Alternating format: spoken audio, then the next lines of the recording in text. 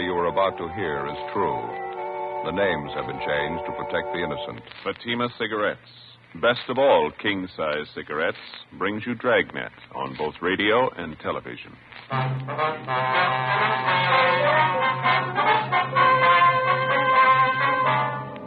You're a detective sergeant. You're assigned a homicide detail. A 39-year-old housewife disappears suddenly. There's no explanation for it. 5 days later, evidence of possible foul play is uncovered. Your job, investigate. Fatima, America's first largest-selling blended cigarette. Now, best of all, king-size cigarettes. Prove it yourself today. Compare Fatima with any other king-size cigarette. 1. Fatima's length filters the smoke 85 millimeters for your protection. 2. Fatima's length cools the smoke for your protection. 3.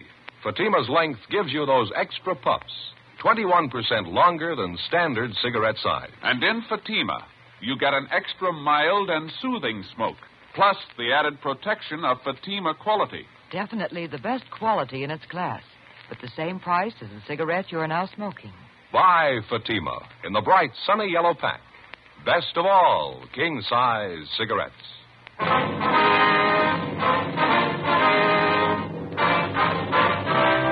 Dragnet, the documented drama of an actual crime. For the next 30 minutes, in cooperation with the Los Angeles Police Department, you will travel step by step on the side of the law through an actual case transcribed from official police files. From beginning to end, from crime to punishment, Dragnet is the story of your police force in action.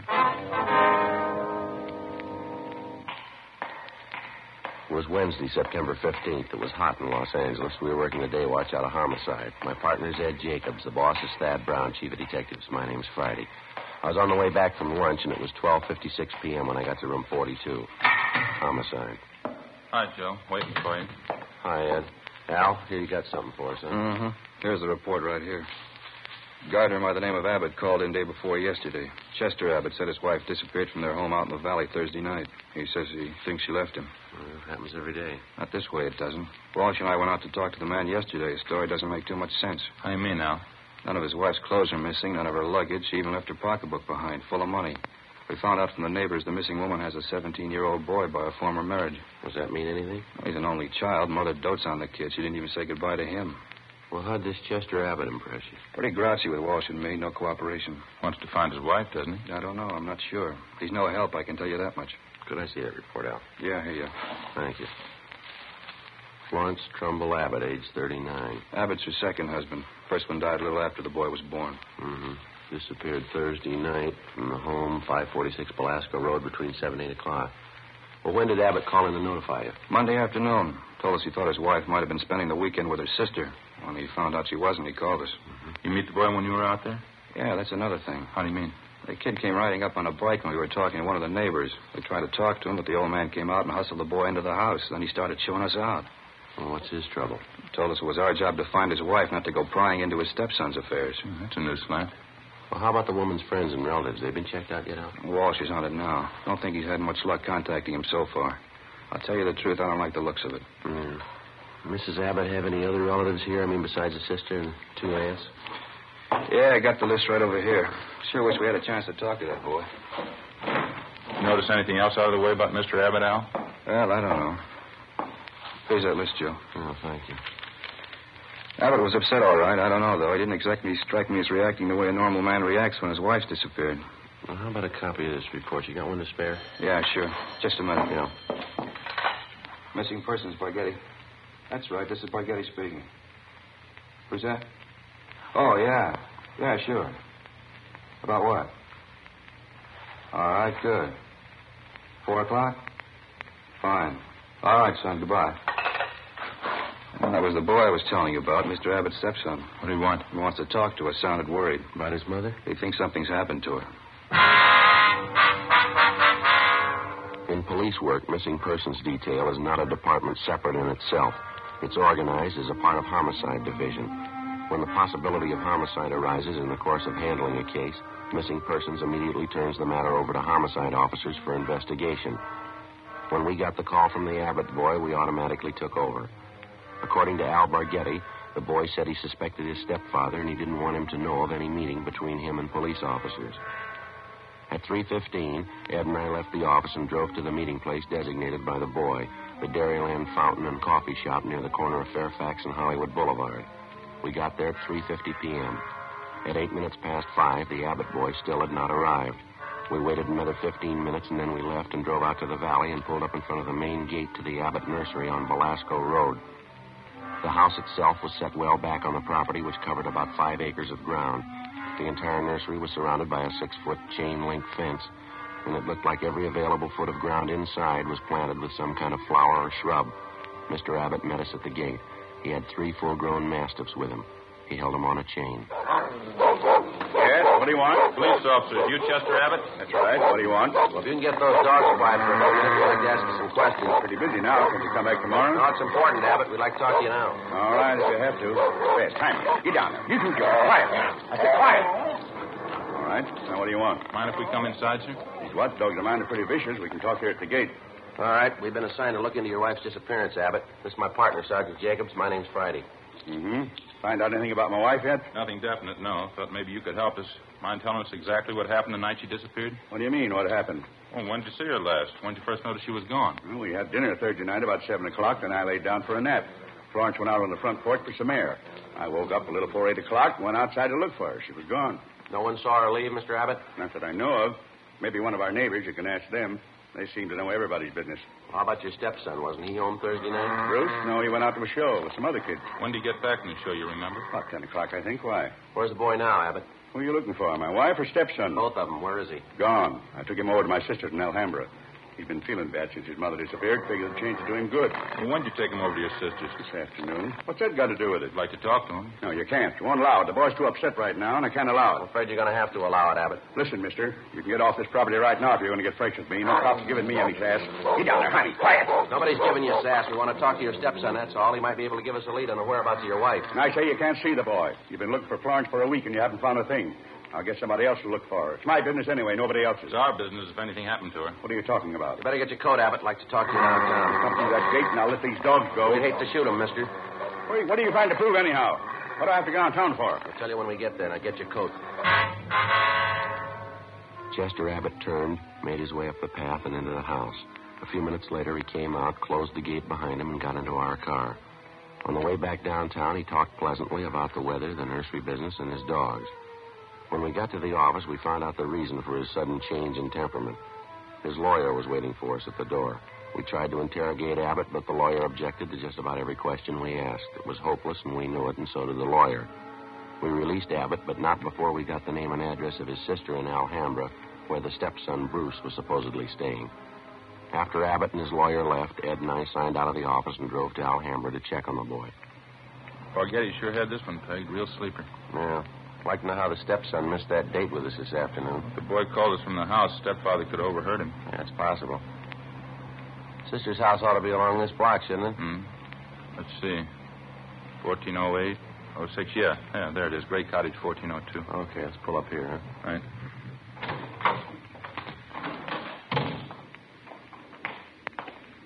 Nice looking place, well kept. Huh? Mm-hmm. Nice neighborhood. Wonder how the lot prices run out here.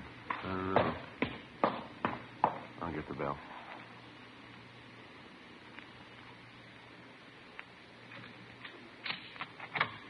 Yes, what is it? Police officers, ma'am. You Miss Abbott? Yes, Helen Abbott. Why? Well, we talked to your brother earlier today, Miss Abbott. He said he brought his stepson, Bruce, over here to stay a while. We'd like to see him if we could. Bruce? Well, yes, he was here until about an hour and a half ago. I went to the store, and when I came back, he was gone. You any idea where we can find him, Miss Abbott?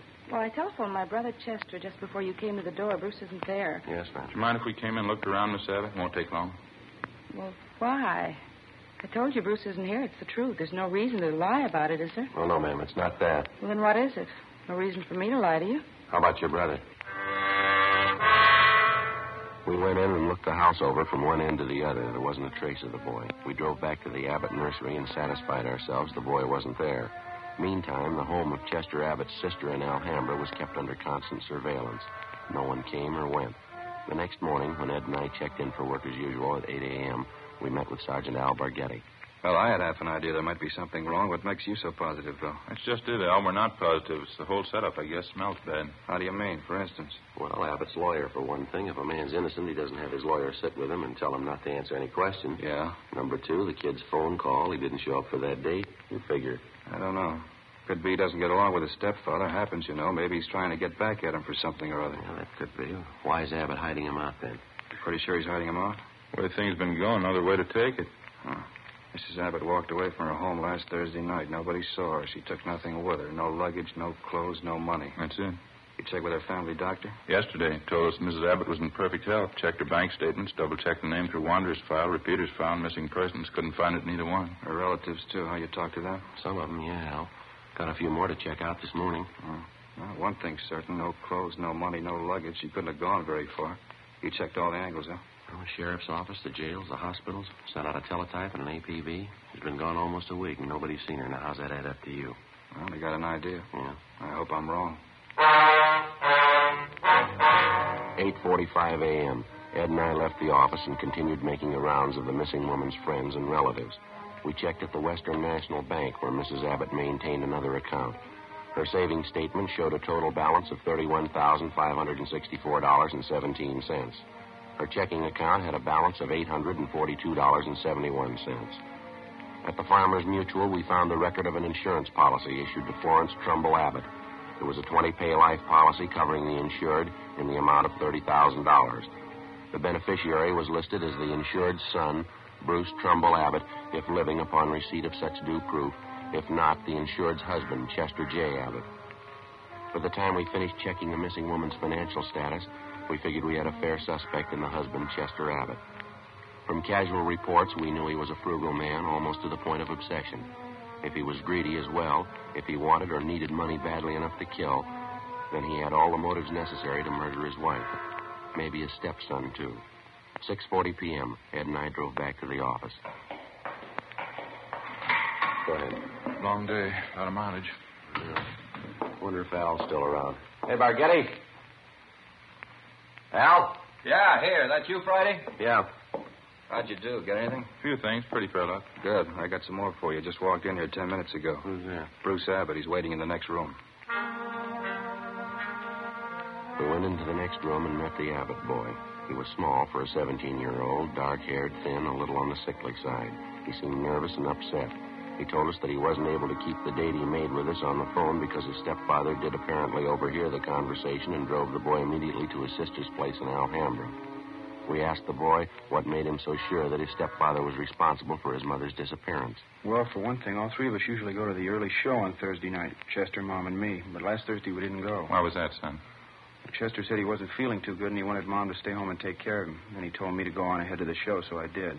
What time did you get home, Bruce? About 10:15, 10 o'clock. Did you notice anything unusual when you got home, son? Not so much, no. Mom wasn't there. I didn't think much about it then. I thought maybe she was over to one of the neighbors. You asked your stepfather where she was? Uh-huh. He said he didn't know. He said he thought she was over at one of the neighbors, too. What was your stepfather doing when you got home? Just sitting in the living room reading the paper.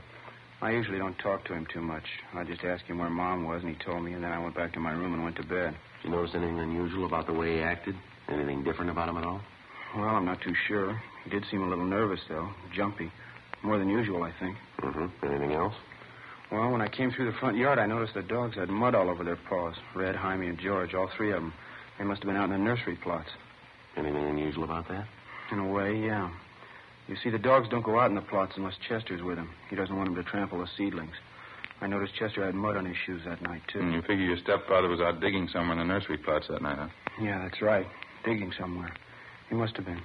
Can't figure out why, though. How do you mean, son? My stepfather never works at night.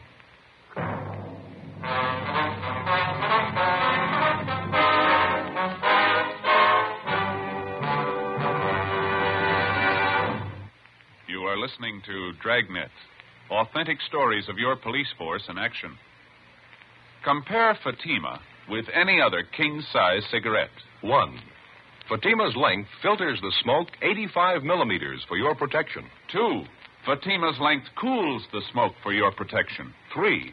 Fatima's length gives you those extra puffs, 21% longer than standard cigarette size. And in Fatima, you get an extra mild and soothing smoke plus the added protection of Fatima quality. To show our confidence in Fatima, we make this money-back guarantee to every king-size cigarette smoker. Buy a pack of Fatimas. Enjoy Fatima quality, extra mildness, and superbly blended tobaccos. If you're not convinced Fatima is better than the king-size cigarette you're now smoking, just return the pack and the unsmoked Fatimas before August 1st, 1952, and we'll give you your money back plus postage. Fatima, Box 37, New York 1. Remember, each king-size Fatima gives you an extra mild and soothing smoke, plus the added protection of Fatima quality. Switch to Fatima today. Best of all, king-size cigarettes.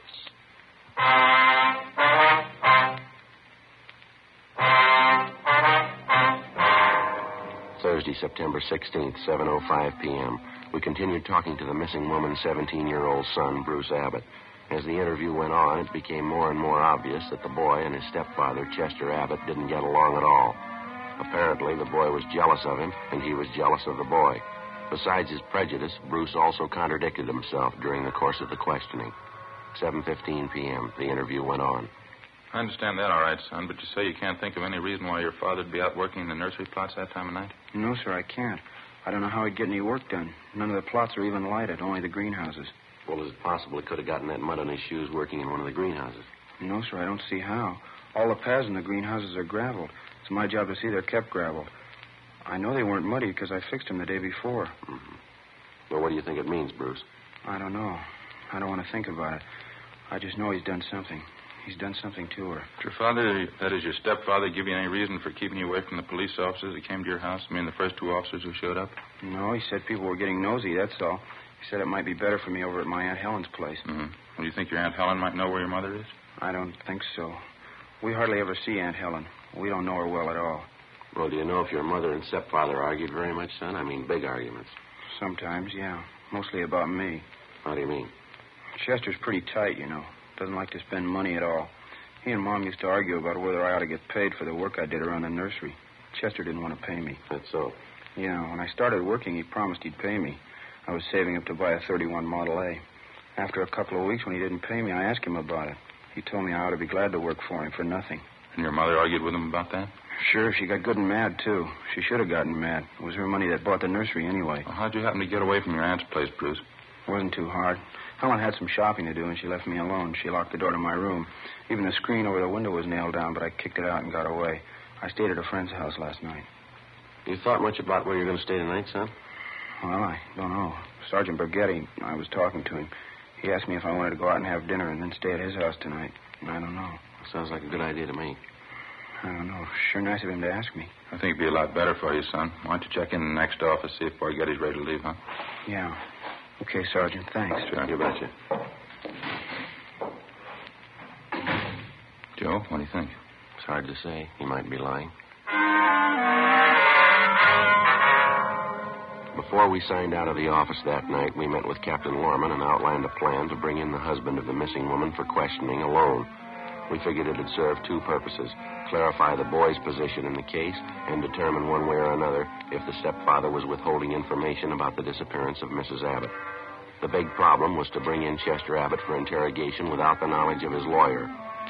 As we'd found out more than once, it was impossible to get anything out of Abbott with his lawyer present. We set up a plan to call at the Abbott home early in the morning, get the suspect out of bed, and bring him in before his lawyer could be notified. At 3:30 the following morning, Ed and I met at the office and started for the Abbott place. We brought along a couple of pounds of fresh horse meat to keep the dogs quiet if they raised a fuss. At 10 minutes past 4 a.m., we parked our car a few hundred feet down the road from the Abbott nursery and made our way toward the gate. I reached in and tried the latch. The dog started up. How about it, Joe? Open? No, it's padlocked. We're going to have to climb the fence. Toss some of that meat over to him, will you? Yeah, okay. There. All right, that does it. All right, let's climb the fence. Keep an eye on the hounds. Looks like they could take a leg off. Yeah. Take it easy, Ed. All right. Watch that. Yeah. Here comes that other dog. Get some more of that meat there. Yeah. There you are, boy. Go get it. Go on. All right, that's fine. Come on, let's hurry. Have a look, Joe. Windows along the side of the house. Lights just went on. Yeah, come on. All right. Who's there? Who is it? I'll set the dogs on you. Police officers, Abbott. Friday and Jacobs. What kind of business is this? What are you doing out here this time of night? You're under arrest, Mr. Abbott. What are you talking about? I think you heard me. You're under arrest. What kind of crazy thing is this? If you're going to pay for this, I'll have your job. You want to get your coat? You cops are asking for a pack of trouble. You know that. Get your coat. I'd like to know what you think you're doing. Where's my stepson, anyway? What have you done with him? I got a better one for you, mister. Huh? What have you done with your wife? 4:25 a.m. Ed and I drove the suspect, Chester Abbott, back downtown to the office. He was quiet and sullen. We headed down the hall for the squad room. Light's still burning in the office. Yeah, probably Barghetti standing by. All right, Abbott, in there. If you're going to pay for this, you can take my word on that. Ed, you want to take him in the office here and stay with him? I'll check with Al. Okay. All right, Abbott, inside.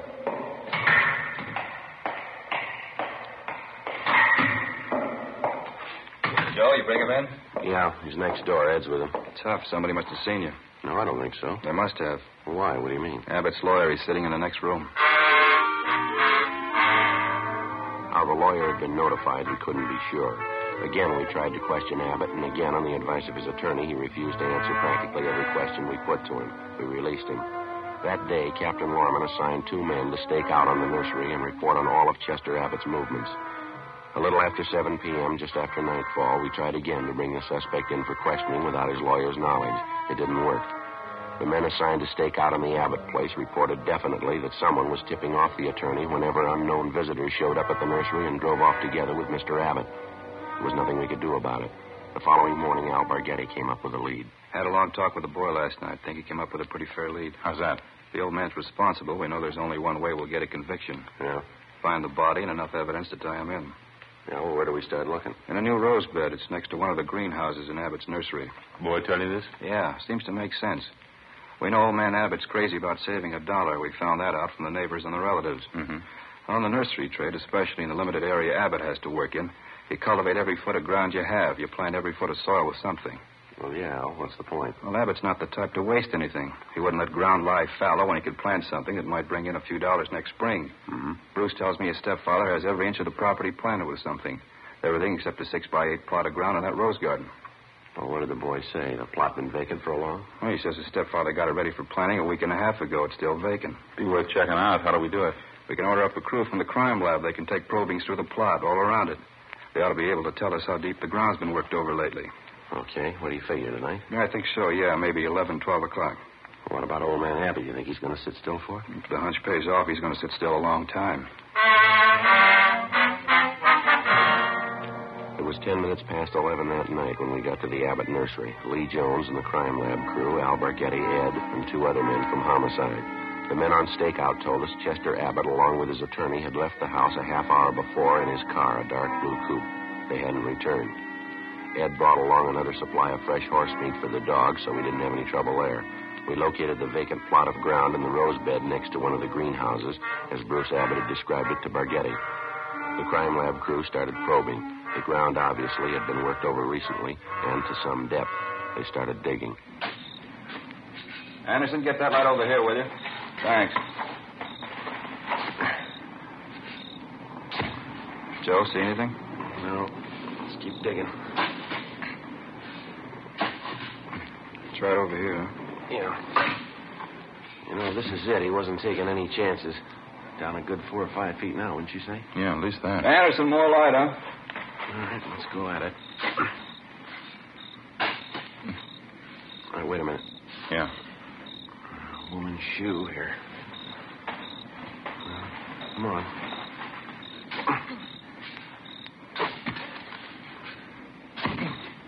Just a minute.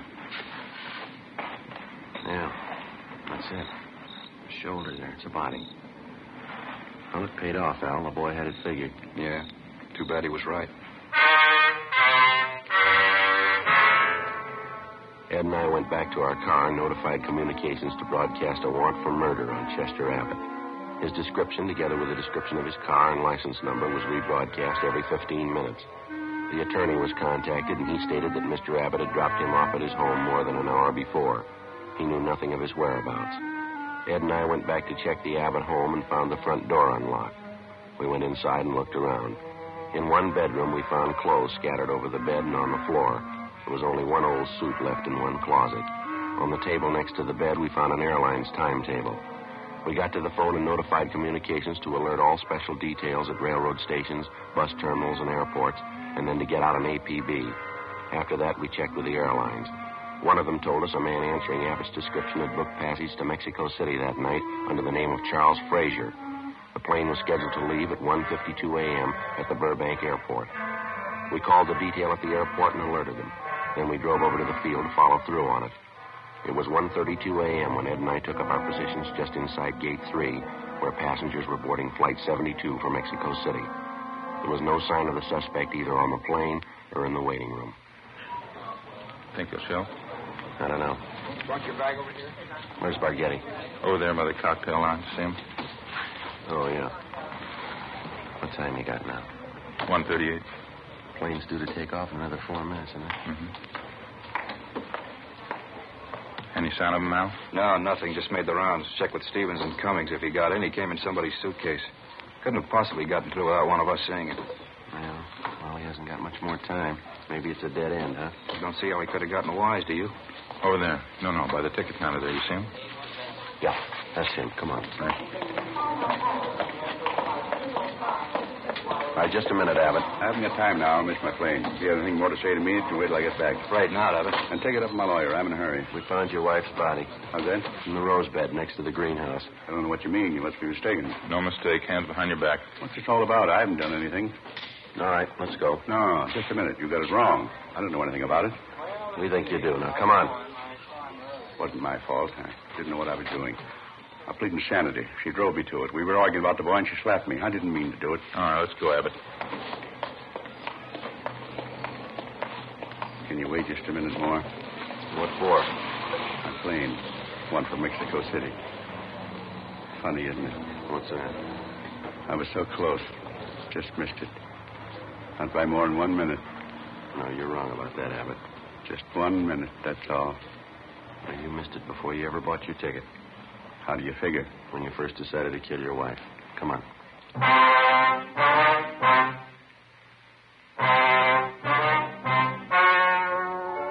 The story you have just heard was true. The names were changed to protect the innocent.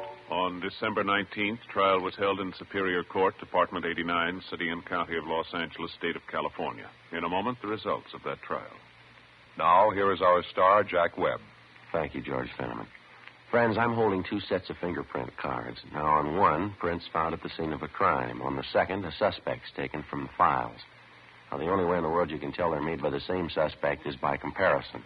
If you'll compare Fatima with any other king-size cigarette, you'll find Fatima's length filters the smoke 85 millimeters for your protection. Fatima's length cools the smoke for your protection. Fatima's length gives you those extra puffs, 21% longer than standard cigarette size. And you get an extra mild and soothing smoke, plus the added protection of Fatima quality. Prove it today. Buy Fatima.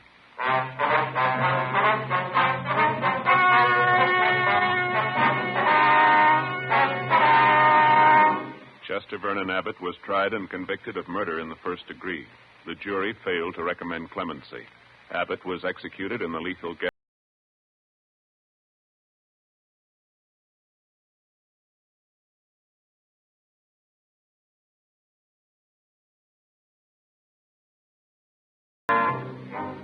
You have just heard Dragnet, a series of authentic cases from official files.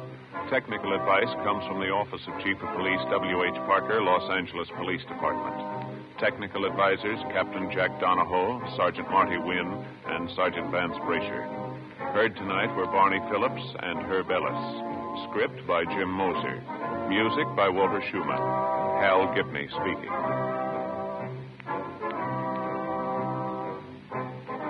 Fatima Cigarettes. Best of all king-size cigarettes has brought you Dragnet, transcribed from Los Angeles.